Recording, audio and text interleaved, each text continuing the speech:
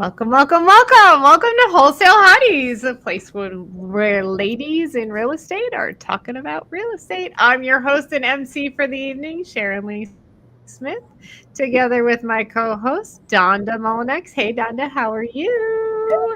And this Hi. week we have a special guest, Kim McFaline. How are you, Kim? Did I say that right? I always say that wrong, You don't I? did. It's Is it okay. It's okay. Fallon? That's my husband. Is it That's my Fallon husband's or last Bailey? name. It's McFaline, but that's Okay, his let's last name. blame So him. if you butcher it, it's okay. It's all good. It's all good. Thank you. Thank you so much for Oh, that's having so me. funny. I am so excited to be here Absolutely, finally. Kim. I know. I'm so glad to have you on. And Kim is the owner of Restoring is Our Calling. So, Kim, can you tell me something? What's the difference between restoration and renovation? Let me Ooh, hit you with a tough one right off the it's bat. okay. Well, restoring is my passion, so I can speak on it for hours. So my little niche or niche, however you want to say it, is restoring historical homes. So renovating them, I guess you can say we do some renovations depending on what it is if we can't restore it. But I take these historical homes and I bring them back to life using as much as the original material as I can, saving as much as I can, Awesome. and restoring it back to its beauty. But sometimes having to renovate as well and adding Right, newer right. things to it. So, yeah, so restoring is my thing. I have this passion for old homes that are dilapidated and distressed, and um, they just speak to me on a real deep level. I love it. Yeah. I So, love it. What was the oldest home you've ever restored? so this last one was 1847. And Wow. that was a doozy. 1847. It took a lot of work, a lot of Yeah. unforeseen things. However, it's my best one, and we actually converted it to a short-term rental, and it's doing phenomenal. It's in a historical Oh, that's district so in Georgia, and yeah, my hardest one by far, but my most precious one. Um, yeah. so 1847. Are you That's guys cool. Tell us holding a all little of it? bit. Yeah, I mean, this is that I'm just curious if you're holding all of these properties or what, but Well, so I didn't start off holding them. I had always been that reluctant investor that didn't want to do long-term holds, right? Especially here in New Jersey, because I invest in Georgia, I invest in Alabama, Pennsylvania, and New Jersey. And Pennsylvania and New Jersey aren't the best states to invest in for long-term holds. And so I would buy them and fix them up and sell them. Now I've done fix and flips also. I don't like to use the word fix and flip. That's not my thing, but I have done that. So I sold a lot of them in the beginning. And then I had a few mentors that said, "What are you doing? Why aren't you keeping them?" And the ones that my portfolio I keep, and the ones that don't, I sell. And ironically, this last one I wasn't planning on keeping because there was such a huge spread in selling it. And this is Mhm. true story. So we bless every single house that we get, my project and manager and myself. Love We it. bless the house, we bless the team, and we bless each other. And yeah. we got this house done. We got it done rather quickly, considering we had to go through an historical board and all this. So anyway, we put it on the market, and it's not moving. Like, we had open houses, everyone loved it. We had brokers, open houses, everyone loved it. Nothing bad. The only thing they ever said was, "Wow, it's so much bigger in here than we thought." And so it was on the market for, like, I don't know, 51 days, something like that. Not one Oh, wow. showing. And my Wow, project, really? yes, right. My project manager uh, had prayed on it this one night and didn't tell me. And so the next day, okay, let me just back up. So I wanted to keep it as a short-term rental, but I couldn't because there weren't any permits, right? They only gave you 25 in this area. And so I would email the building code guy every month. "Hey, Ryan, did a permit open?" "No." That was, he's man of many words. "No." Next month, "Hey, Ryan, you have any permits open?" "No, ma'am." So anyway, April 1st, I happened to email him. Now on the market, right? I was like, oh, let me just try.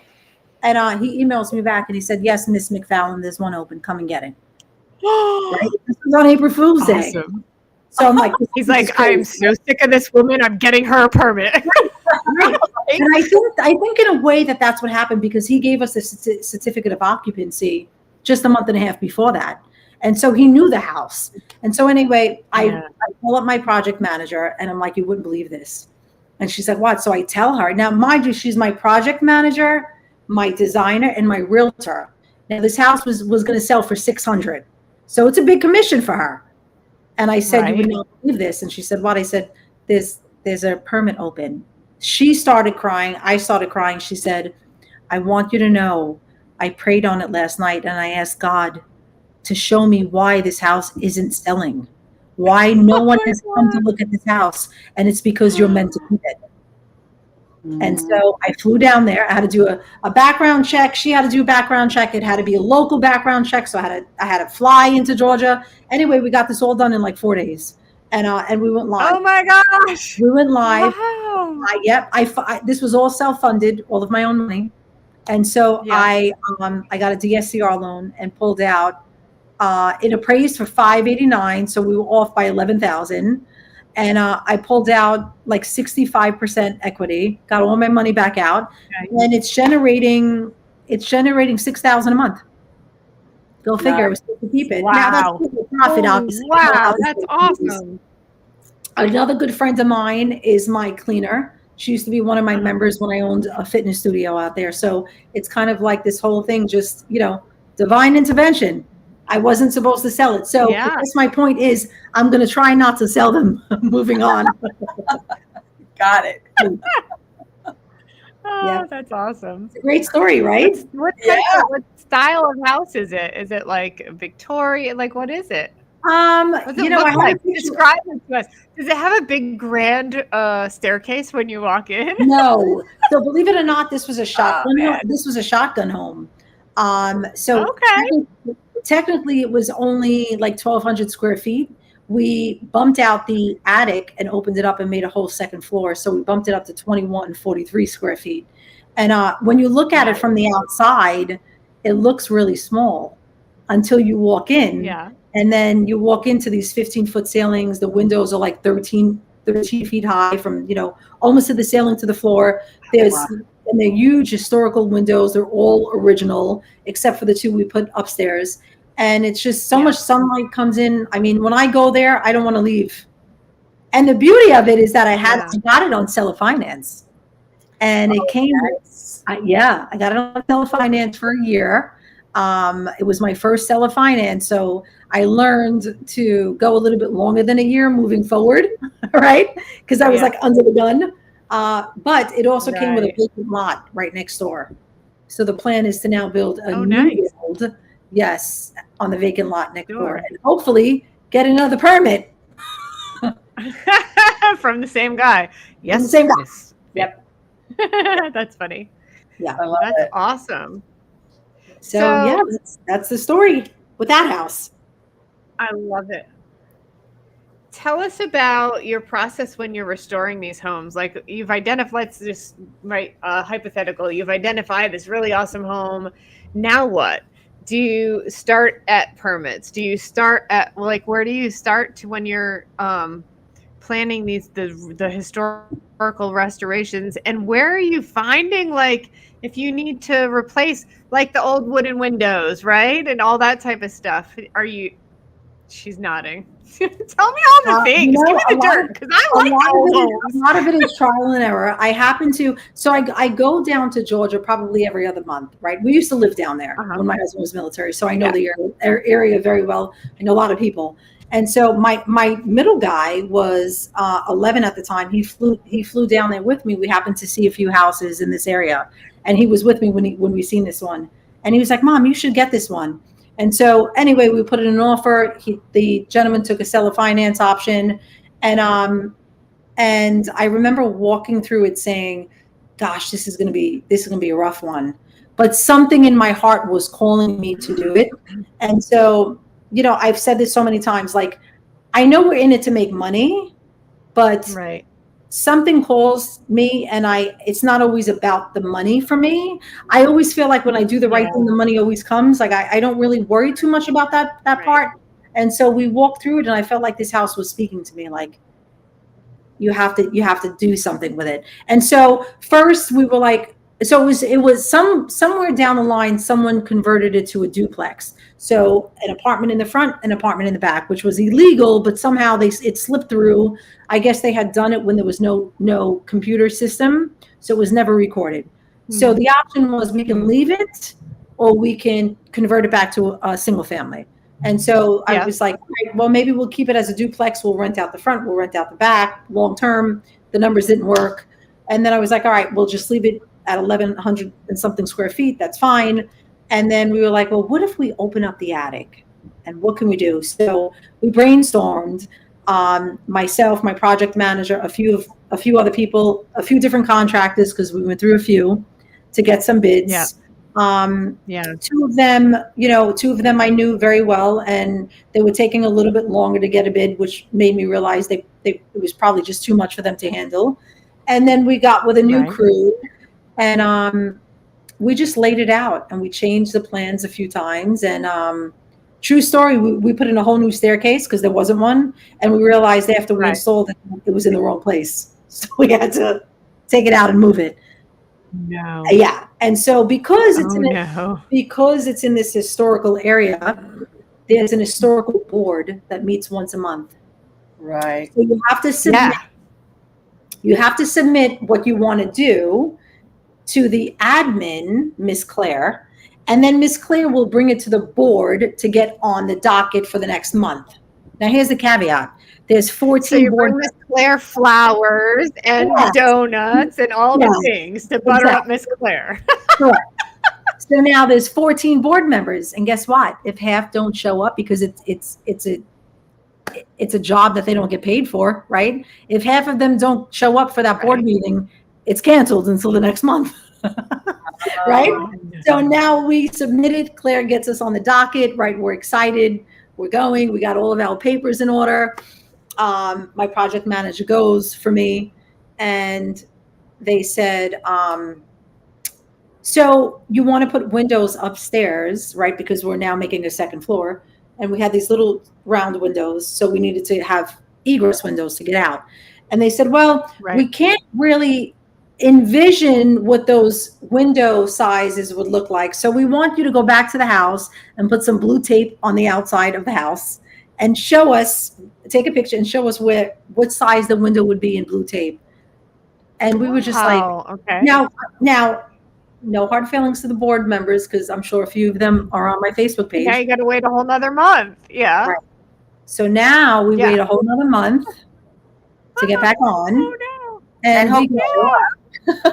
we go. Right. And hope they show up. That's right. Oh, let me back up. So that first meeting, we have a neighbor who was originally on the board for many years, but was no longer on the board, came to my house and told my contractors that he was part of the board. So they let him in because they didn't know any better.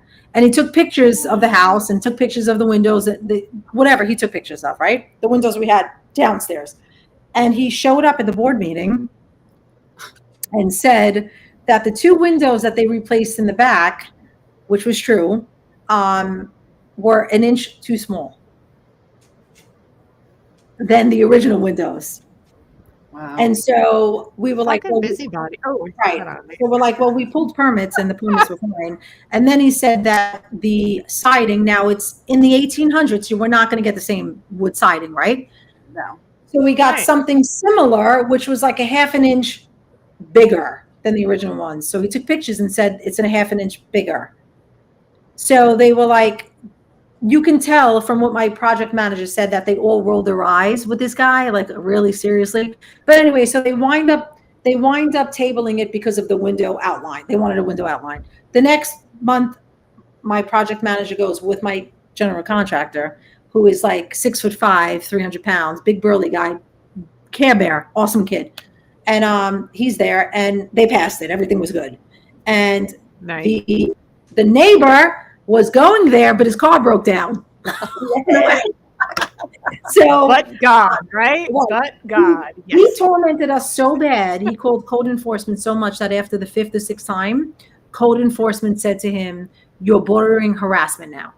We're not coming out anymore. They've pulled all the permits. They're doing everything by the book. If you don't leave them alone, we're going to give you a summons."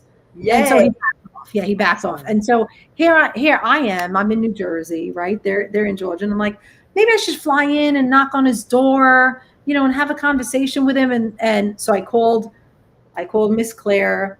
I called my project manager. They were like, "Don't even bother with him. Like he's don't even bother." I was like, "Well, maybe I can win him over." And they're like, "Nope, you can't win him over. He's like this he's been for years. This is who he is." Yeah. And No so wonder you're not on the board anymore, huh? no, right? Yeah. And so I had stayed down there for 3 weeks when we were setting it up for the short-term rental. And every time he passed by, I missed him. And my project manager would say, "Gary just passed by." And when I would run out, he wouldn't be there. And I'm like, this is so strange, because I really was going to introduce myself and say, "Hey, listen,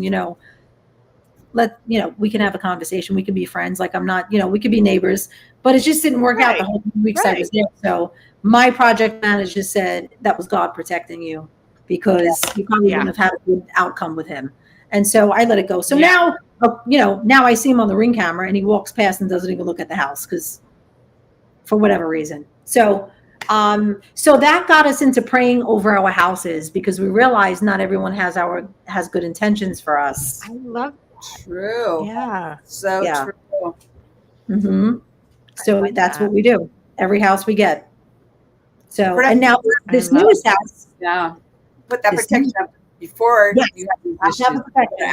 After. We're praying now, but yeah. That's right. It's like a lamp right over the doorway, right? Yeah. So the newest That's house so we got beautiful. is not an historical home, but my new neighbor left a little note on the doorknob and said, "Hey, this is Larry, your neighbor. Can you call me?" And so my project manager sends it to me. So I call him and I'm like, "Hey, it's your next door neighbor, Kim." And he's like, "Hi." And I was like, "Hey." And he's like, "I just wanted to introduce myself. I cut your lawn for you." And I was like, "Oh, great." He's like 75 years old. And I said, "Oh, thank you. Tell me what I owe you." He said, "You don't owe me anything." He said, "But if you don't mind, I've done this for other neighbors too when they were rehabbing houses. I can put up surveillance cameras while it's vacant so that I can know what's going on, because I live across the street." And I was like, "Okay, if you want to, just let me know what I owe you." He's like, No, they're my surveillance cameras. I've used them for other people on the road as well." He's like, "Because you never know, someone could break in." I'm like, "Well, if somebody broke in, there's nothing in there." Long story short, I said, "Okay, put them on." True story. I'm sure my project manager may be listening to this. True story. He puts them up, and my contractor, one of the contractors, is there, doesn't speak English. He speaks only Spanish. So now my husband is translating to him, right, on FaceTime. My project manager doesn't speak Spanish. So it's this whole big thing. My neighbor comes over and hands her earbuds. And he said, here's earbuds. And she said, "Oh, thank you. But I don't need them." He said, "They're translators. I have a whole bunch of them. You can use them." He watched the camera. Yes. Okay, that's a little creepy, but kind of cool in the same time. Yeah. Like, what? Right? Weird. know. But So I'm kind of translators, like, that's cool. and here we are live speaking about it. And, it's probably something I wouldn't have normally spoken about. And so I'm kind of chalking it up to, he's an older gentleman and he probably just, he's retired and maybe he just wants to help. So Yeah. now he'll text me, "Oh, your roof shingles were delivered," right? "Your roof shingles are here."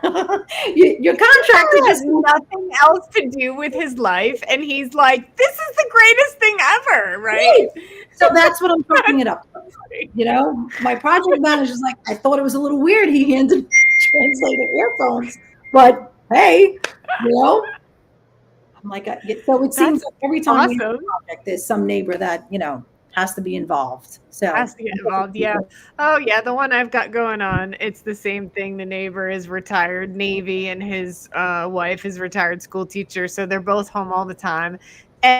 And they know absolutely everything that goes on at my house all the time. At the same time, it's kind of good. Like, my house is the most secure house ever, because anything goes down and they know. Right? So it's really great. They're super friendly. You just, gave my new puppy be a toy and all the things, like, you know, but at the same time, it's kind of like, huh, all right. Yeah. That means I need to behave too. Right. Right. Well, it's funny You because know? I had said, make sure we pull permits, and my project manager laughed. She's like, Exactly. we always do, but it was like a joke, you know. I'm like, he's probably listening to Yeah. us right now. So yeah, Yeah. it was quite interesting. That's funny. So That's funny. anyway, yep. So that's What what was we're your doing most? now. That's nice. That's nice. That's nice. What was your most difficult, as in challenging to find materials or challenging to figure out how to make it work project? So we bought a house in the Poconos. If you know anything about the Poconos, it's Yeah, a it's little up bit. in the mountains. Yep, it's a tourist area. We bought this house. So I had my male contractor, my husband, and my male realtor, right? All say, this is the house you have to buy. This is the house you have to buy. And here I am. I don't think we Always should the buy this house, right? I don't think we should buy it. But they convinced me to buy it, and it was my most challenging. We had an indoor in-ground pool, so that took a lot of work to get it up to par. What was supposed to be, you know, a 4-month project took an 18-month project. And yeah, and so when we completed that one, we had listed it, and we realized after we had listed it that the square footage that was on the tax assessor's office was also part of that indoor in-ground pool house because it was a separate house. Living there. Correct. Oh. But on the property tax assessor's office, it was considered square footage. But in reality, it wasn't. So I was paying for 3,200 square feet, but it wasn't 32, right? 3,200 square feet of a building, a structure.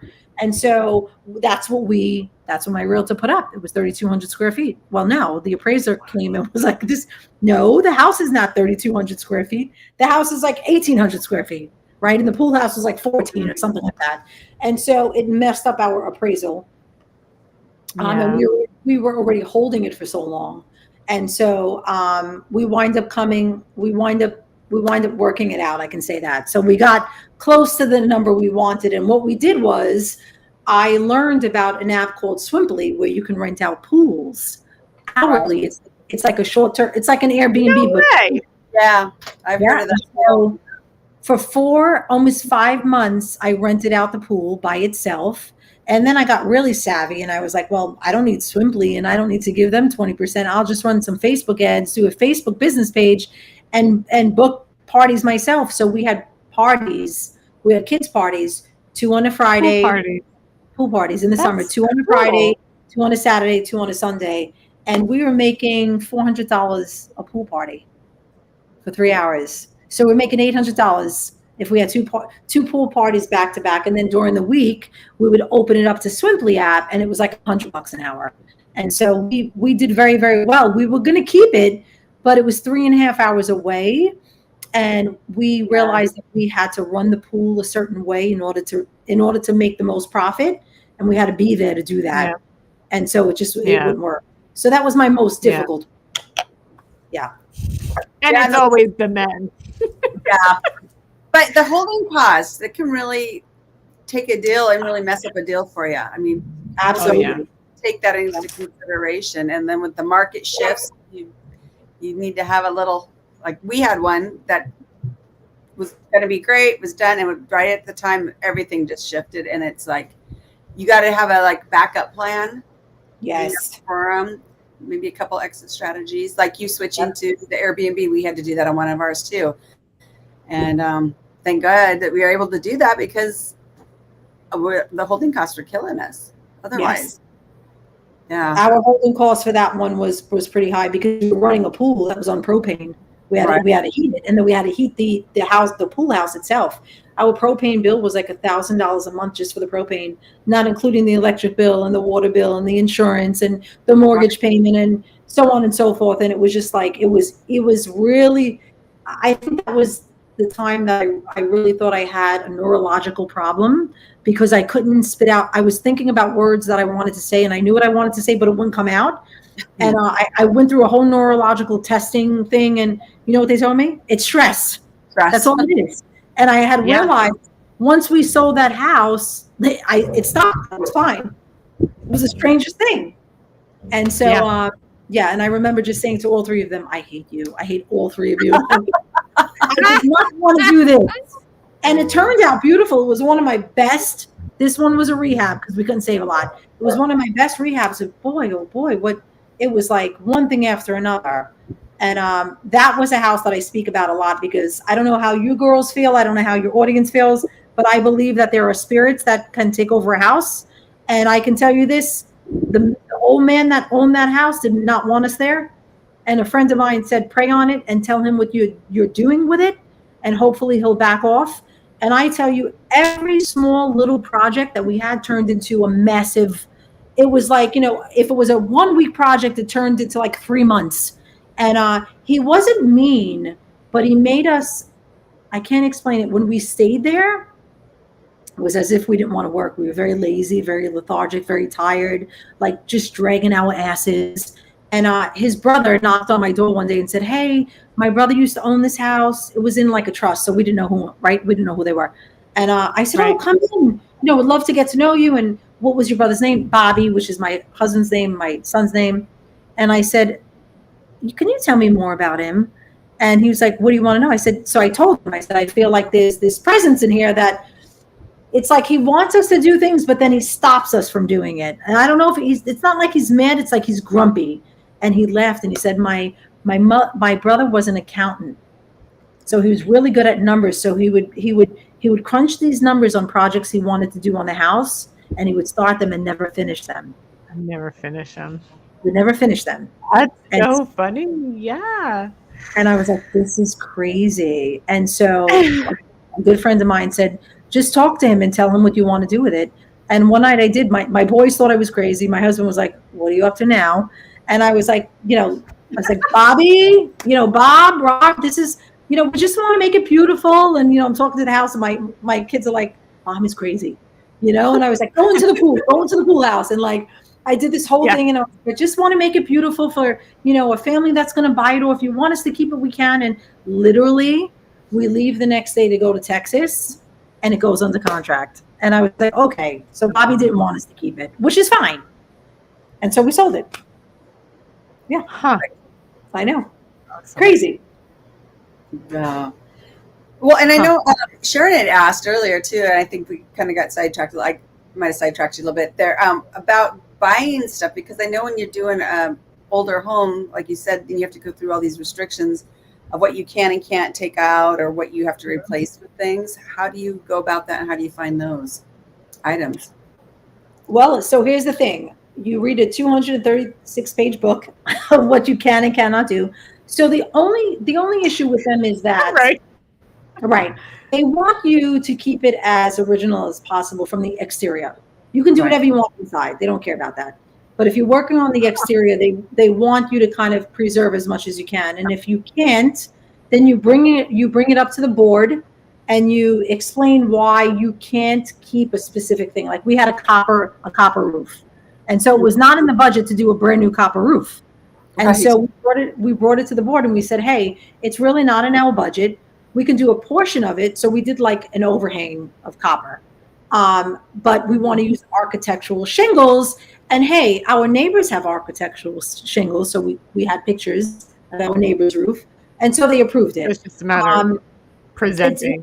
It's presenting it. And it's also when you look at the property, for me, I look at the property and I look at what I would have to fix on the outside. Now, here's another thing. If it's simple wear and tear, like let's just say it's a cement porch and it's broken down, as long as you use the same material, you don't need approval. If it's normal wear and tear. So if the roof was just normal wear and tear and we were gonna change it out to a copper roof, we wouldn't need their permission. But because we didn't have it in the budget, then we had to get the permission because now we're using a different material. Change material. Right. Gotcha. Yeah. Gotcha. And so then I imagine every step of the way, because you have to wait a month for the next meeting to get any of the approvals. Planning is key. What we do is we submit the whole packet as one, and it goes to Claire, and Claire will review it and say, are you missing anything? Let's go through this. And then if we miss something, we'll put it in. And then when we think the packet is good to go, then she submits it to the board. The board quickly reviews it and puts it on the roster. And so when we're looking at houses, we're looking at, do we have to replace all these windows? Because if we do, now we're talking about custom windows, and how much is that going to cost? So we did have to replace one custom window, one of the front ones, and it cost us $7,000 for that one window. Oh my goodness. Yeah. And so that was a little bit of a blow. We were expecting a few thousand. We weren't expecting $7,000. But, you learn as you go. Right. And so I always allocate an extra 10 to 15% in the budget for unforeseen things. And I don't want to say we cut corners, because I don't believe in cutting corners, but we just pulled back on certain items that we thought we would use. Like maybe instead of $2.50 a square foot tile, we're using $2 a square foot tile. And we kind of just, moved it around to where the numbers worked. Right. Yeah. So it's a process. Well, and when you get into those older homes too, you got issues with the plumbing and the electrical, and there's a lot that goes on with those. We do one that was 1905, so it can be very foundation issues, septic issues, septic lines. I don't know. Is it common to do a lot of septic? In this specific area, no. There's no septic, and we usually do the sewer scopes. We usually do, but for this one, I did not, and it was probably very silly of me, although there weren't any issues. But my thing was there weren't any trees in the front of the house. Like, that's usually my big thing. If there's a big tree in front of the house, on the back of the house, or on the side of the house, then I start to worry. And so I didn't do it with this one, thank God. But usually we do a sewer scope or a septic scope. Right. And for a few $100, it's worth it. Right. And I didn't do it with this one. You're okay? Yeah. So we always say going in, when it's an older home, we're changing electric, we're changing pipes, we're adding HVAC because those old homes don't have them. We're changing the roof. We're sometimes doing some foundation issues, but if it's on a crawl space, we're looking at the crawl space. We're seeing what's going on with that. We're looking at the porch. And we try to just keep and maintain as much as the old style as we can. We go to the library, we pull out old pictures if we can, what it looked like back in the day. We pick out colors that now they even have a color chart of what you can and cannot use. And so if you want to change that, you have to go to the board. So we kind of stayed in that color palette of what was acceptable. And here's the thing, if you have a good packet put together and you're organized and you got everything in order, it really shouldn't be a big deal. So we were a little surprised that they couldn't. Now, mind you, the board, there's realtors, there's designers, there's, all different types of people. And I was like, you can't figure out the size of a window by looking at a picture? Like, it's just a common size window. And so I was a little perplexed about that. But in the long run, it worked itself out. So it happened. For whatever reason. Sometimes we don't know the reasons. Right? Why it was postponed for another 4 weeks. And so it is what it is. We still finished. The neighbor's carpet breakdown. Yeah, exactly. See? That's exactly why. Because who knows if he could have been there again saying something else. I don't know. God knew. Yeah. So that's awesome. So when you're talking about historical restorations, you're only doing those in that one particular city or town? No. So we're picking up another one on the Alabama side. So we have Georgia, you go over a little bridge and you're in Alabama. On the Alabama side, the historical homes don't have an historical society. So it's a little bit different.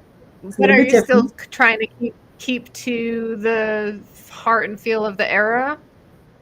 Well, we're going to keep the outside to the heart and feel of the era, but this house, this house was the owner, who's a really nice guy named Al, had it as an all boys foster care home, and so there's four bedrooms, and he closed this 8 years ago. The beds are still made.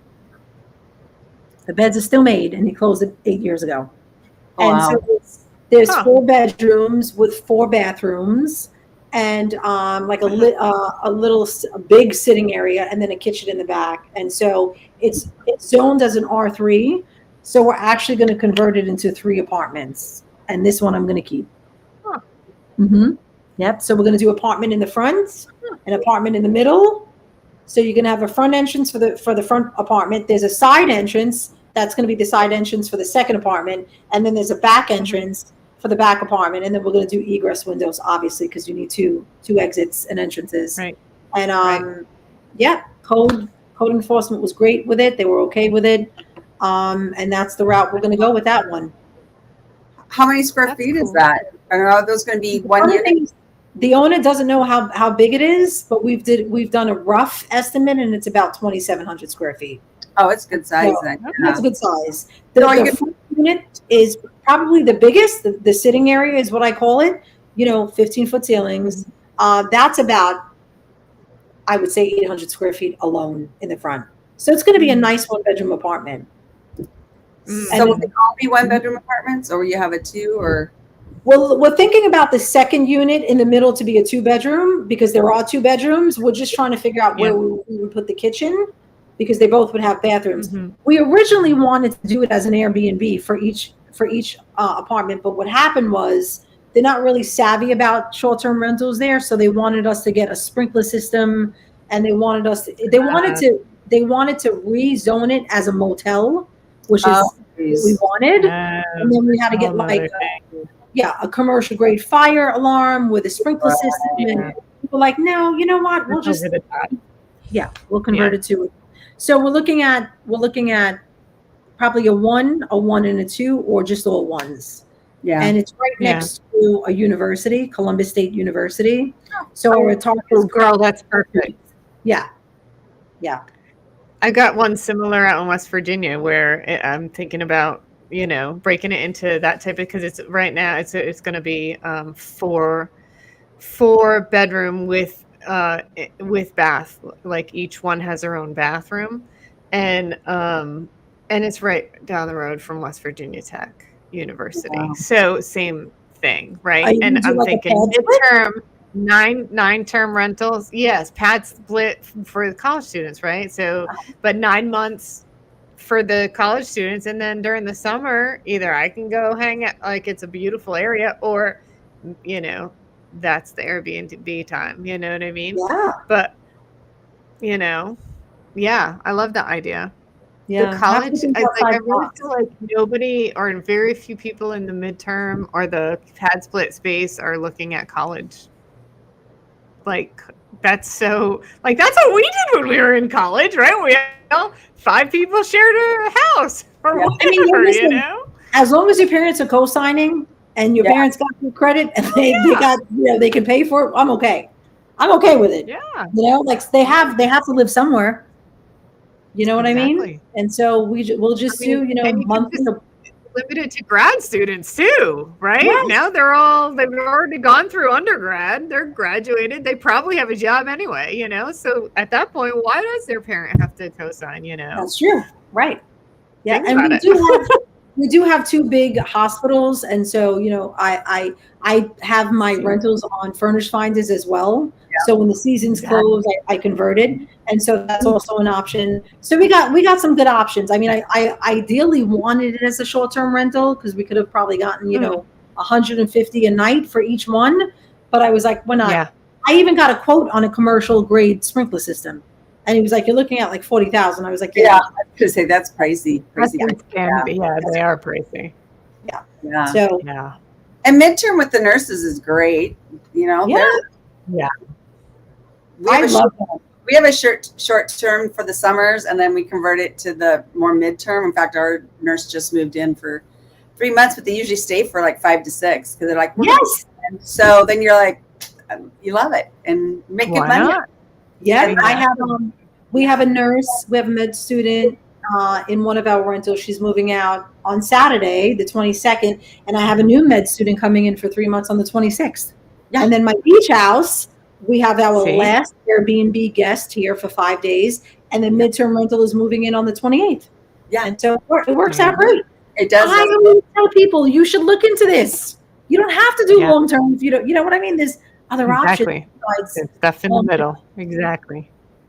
Yeah, I like the short Exactly. term. I mean, I like my long term ones too, but I like the short term ones because, especially if you want to go use it during the summer, like let's block this out. Like we Yeah. blocked our one out the whole month of June because we were like going every weekend to go be on the Colorado River and stuff. But yeah, Love that. it's nice. It'd be nice to have more of those like you do throughout different parts of the country. We're like, oh yeah, let's go to this one and let's go to this one. My husband, that's the thing my husband's been wanting to do, and I'm like, I love that. I'm guilty of saying I don't use them as much as I like.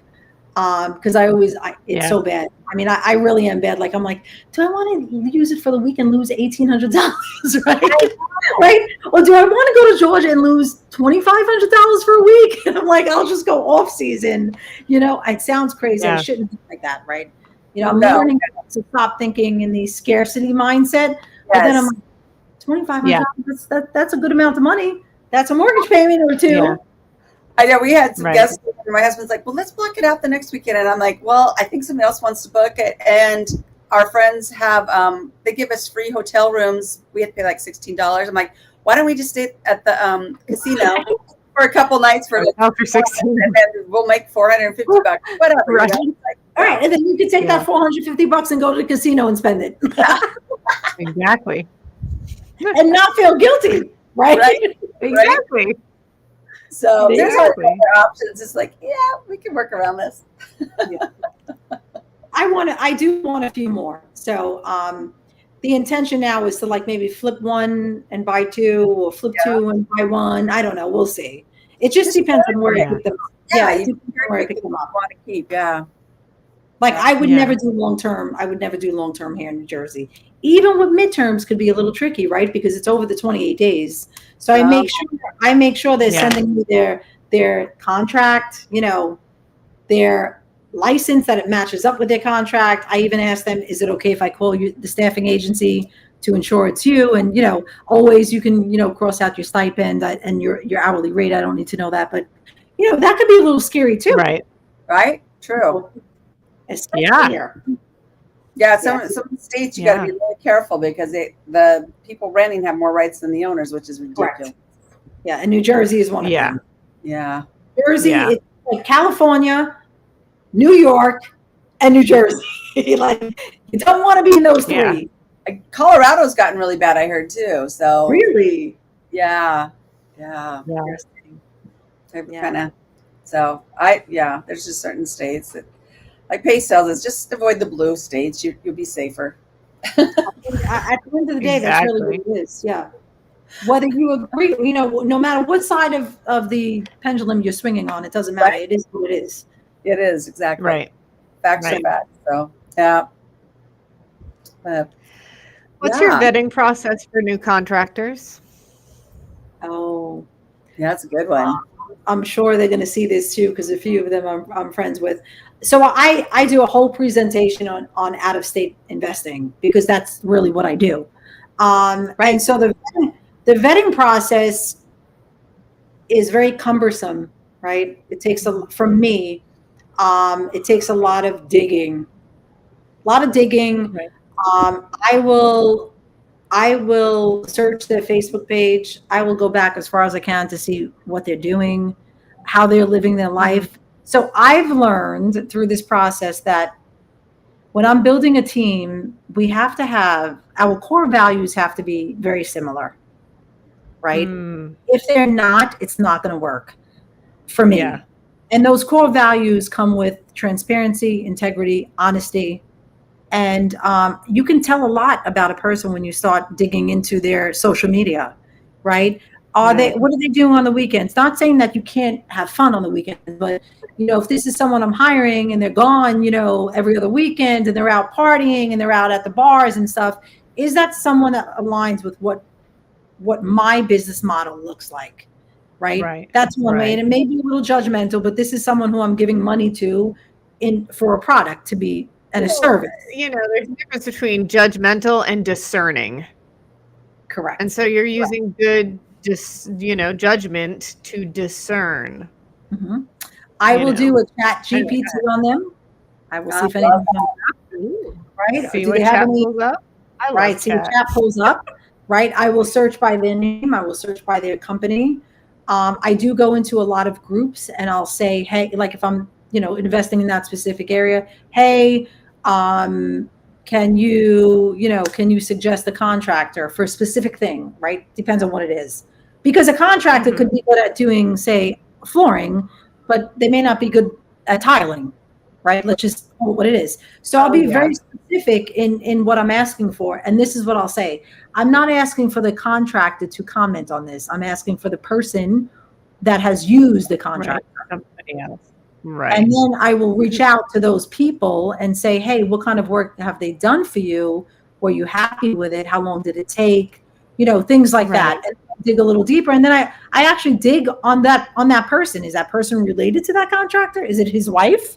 Right. So I can really go down a rabbit hole with them. But at the end of the day, we're handing them over a project that we expect to be done a certain way in a certain amount of time for a certain budget. Hi, how are you? Yay. How are you doing? I'm glad you finally made it. And so we're talking about vetting contractors, Monique.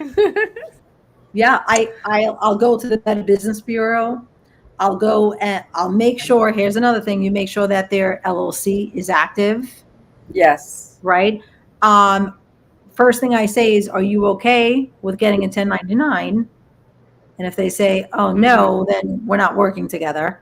Right. I like to follow the rules. And if they say yes, then I say, this is obviously after we've gone so far. Even getting a quote, these are questions I ask. Do you have insurance? Do you have workman's comp? Do you have, a liability policy? Can I see what you have? And so if they're reluctant to give that to me, that's a big hesitancy for me, right? It's not always a no. Right. Sometimes they'll say to me, I don't have insurance, but do you want me to get a policy? Well, yeah, if you want to work with me, you have to have one. And I will verify it. And I have to be listed on it. So we go through a whole thing.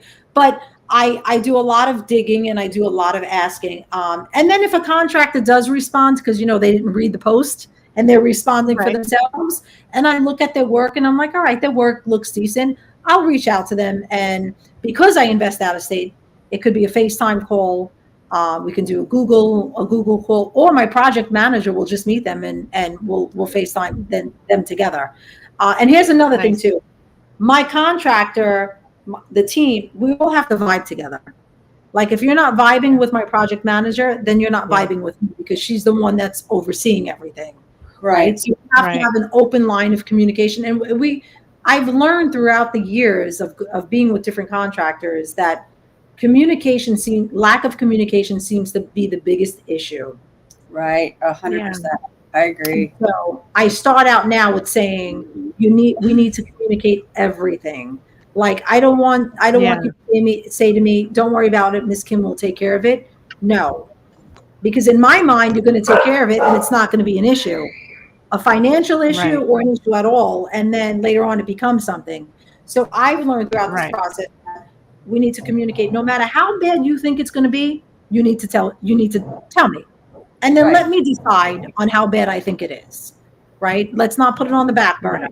So let's have this open line of communication. You can think that I can be a little, I don't know. Sometimes I've been called every name in the book, right? And then when they speak to my husband, when they speak to my husband, hey brother, how are you? Oh yeah, everything is great. But when they speak to me, I'm the big ITCH, right? So I try to set the standards from the beginning. Like this is what I'm very laid back, I'm very easygoing, but this is what I expect, throughout the process. Right. And then I look at their work and I'll call. If they send me addresses of work that they've done, I will skip trace and I'm calling. Hey, so-and-so did work for you. Yeah, because they can send you their girls. Right, they can send you their work and it may look great, but did it take 6 months instead of 3 months? Was it over budget by $40,000?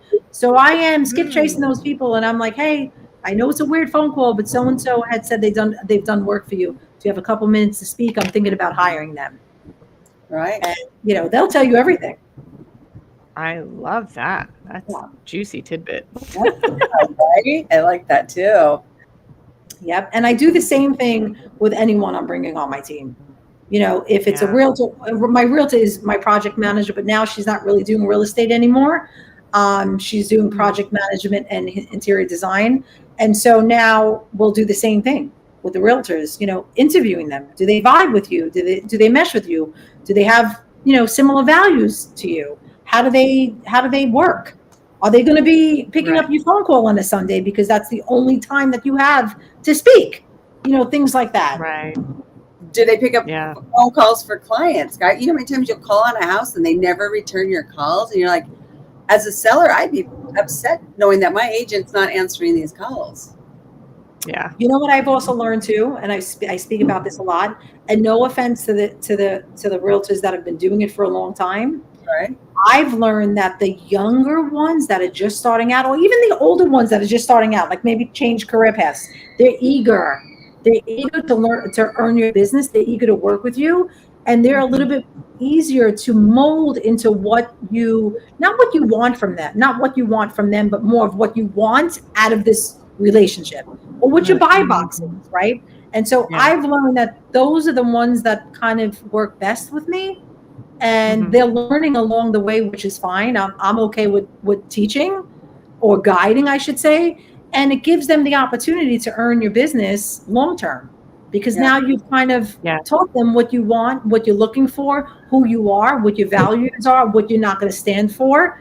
And you kind of build that relationship, and then they bring you the deals.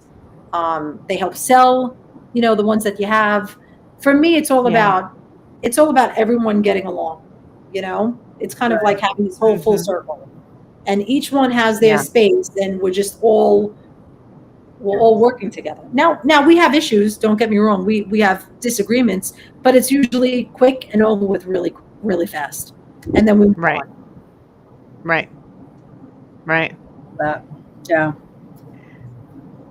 And you mentioned posting on Facebook for contractors, and you want the other people to post, but if a contractor posts, you might check them out too. One tip I got on that was see what time of day they're commenting. Because if they're commenting during working hours, they don't have work, which means they're not busy, which means they're probably not good. You know what another thing for me was, I'm available today. We can start tomorrow. That's a problem. Yes, exactly. Right? Yeah, that's a problem. Yeah. And it may not, it may be they have an opening. It may be they have an opening.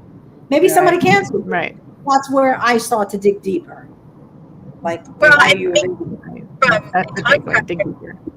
if you can hear me, but speaking from a contractor's view, because I am a contractor, there's times that projects get delayed, or they get canceled or something, and so we have an opening and we want to fill it as fast as possible, and we might know, hey, this person's a shaper and I want to work with them because I know that they can get things done, and we have different reasons for wanting to work with somebody, or maybe they're fresh or new or something to us, and so we take a chance, like, they sound like they could be somebody who could really we could work with. So there's another spectrum to think about. Yeah, I believe in looking at the whole picture, not making a quick judgment call. And that's where I dig deep, and like you said, maybe they do have an opening, maybe somebody else canceled.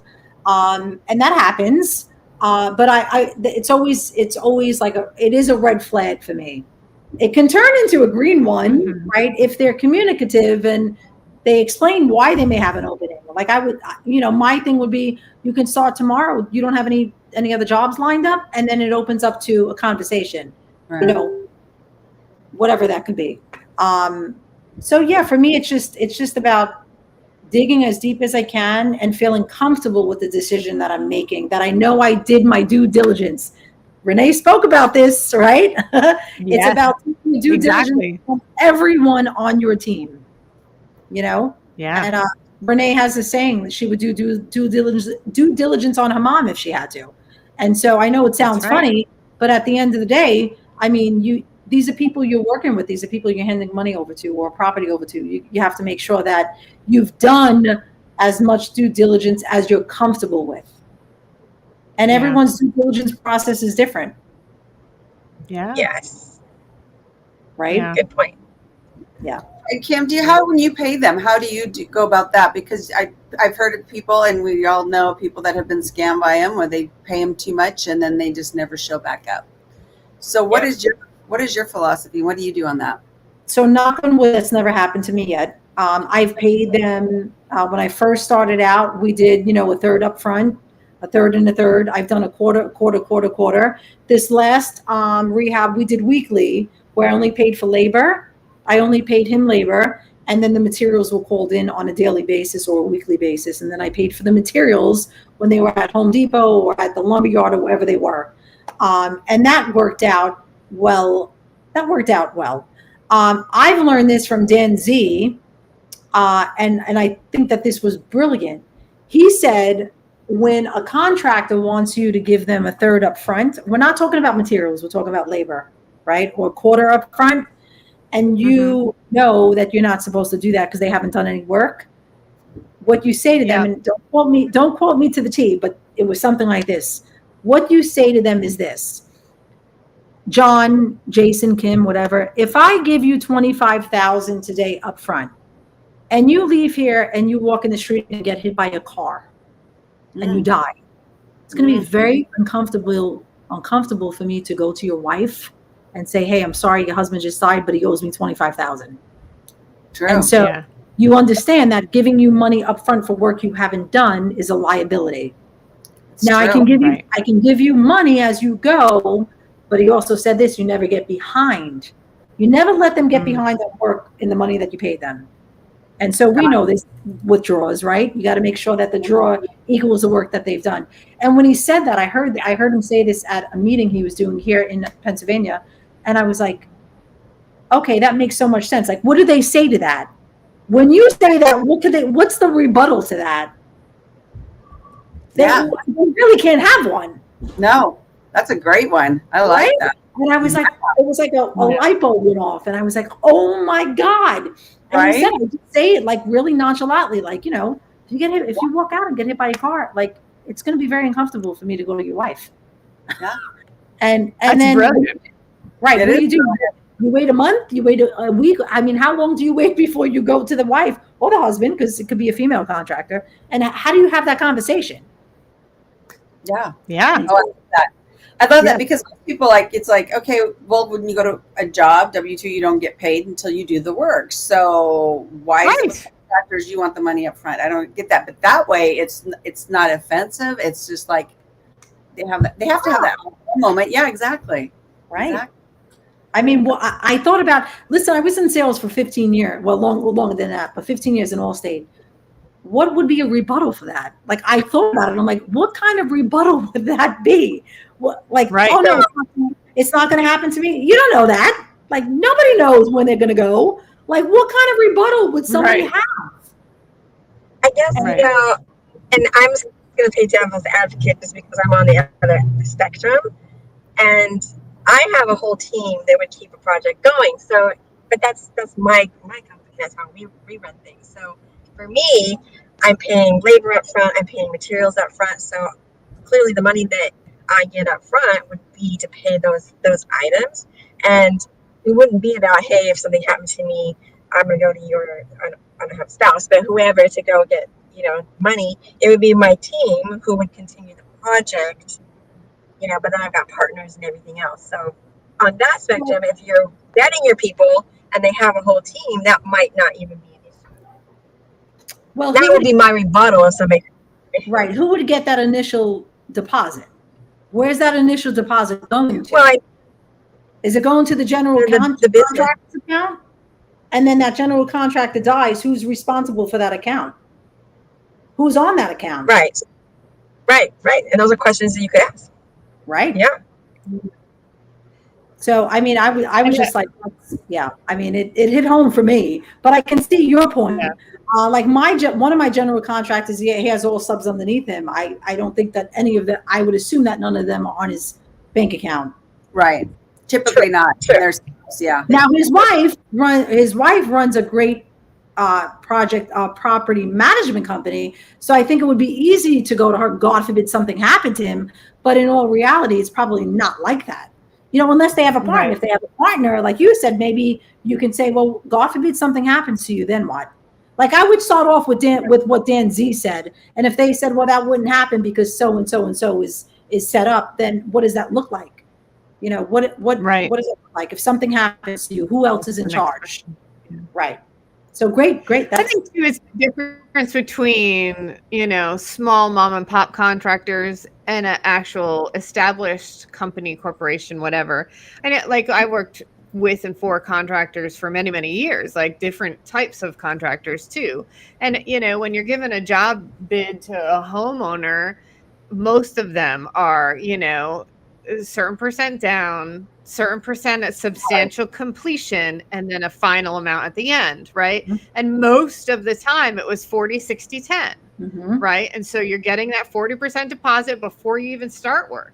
Sorry, right? But these are the people that they're working with regular homeowners versus us flippers. And so I think that's the difference is establishing a relationship and vetting up front, but establishing that relationship so that contractor is assured that they're going to get paid and all the things, right? And it's a process. It's not just walking in the door and starting, Right. And you're right, Kim, like making sure they're licensed, making sure they're a legit business versus Joe Schmo off the street. You're right. I ain't going to pay him a dime until work is being done, Right. Do you want money up front because you want to go get a six-pack before you come to do the work? Or during or during work? Right. That I would know by looking at their social media if they had one. Exactly. Right. So, yeah. And a lot of builders too, when they're doing stuff like this, I know with our Maricopa Casitas, there is an upfront. I look upfront because it's like we need to put you on the books because we are booked up, and we want to make sure you're committed to holding that right. time we've agreed that to. Goes back to the skin in the game thing that that a lender wants from us. Mm-hmm. Yeah. Yeah, you're absolutely right, Donda. And it goes back to who are you giving it to? Are you giving it to a big company that has a huge team, or are you giving it to a mom and pop? Right, exactly. It goes back to doing your due diligence, right? And who you plan on working with. That's right, Renee. There is like doing, if they're juggling 10, 20 jobs, they've got to come up with that money up front too. So, touche. And I'll give you an example. We got a bid on a roof. We got two bids on a roof, this newest one, and they both came in similar. And one wanted to have a 50% deposit, and I know dang well how much shingles cost, right, for this house. Right. And then the other one was like, you don't have to pay me anything. I'll order it. You pay me when I'm done. Which one do you think I went with? Yeah, when it's done. Of course. Right. Obviously, I did my research on him beforehand because he can do the work and he does crappy work, and then what? I still got to pay him. And so I did research on him, and it was these two guys, and I went with the one essentially who had a better report in the investors group that I'm in, and who said you don't have to give me anything, you pay me at the end. Yeah, that's awesome. So, pretty confident. Well, believe it or not, we're at the top of the hour again. Oh my God. This always happens. Sorry, I'm usually on time. I like to start on time and end on time. I swear, every week. I think last week we went a good 10 minutes over because we were just yapping and yapping. Oh, well, you were with Nicole and Tommy. So let me just say, I know, Tommy is the bomb, right? Tommy, Nicole, and I get on every Tuesday for our CRM because I do this. I have my CRM through them, and I'm going to plug them because they're friggin' awesome. But we do an hour Zoom meeting on Tuesdays, and I tell you, I look forward to it because Tommy is just, Nicole is awesome too, right? Nicole is awesome in her own right. But man, when I'm feeling depressed or like down, and I get on with Tommy, he's just a ball of energy, and like he brings life into me. So he's great. Yeah, that was a good show. That makes sense. Yeah. Thank you. So, to our audience, if you want to reach out to Kim, have any questions, you can contact her at kim@restoringisourcalling.com and check out her website, restoringisourcalling.com. Kim, it was really great to have you on. I love restoring historical homes. So it was great to hear all that stuff. And thank you for your information on vetting contractors. It was a great show. Thanks for coming on. Thank you for having me. Have a great day. We'll see you. You too. Bye. Bye.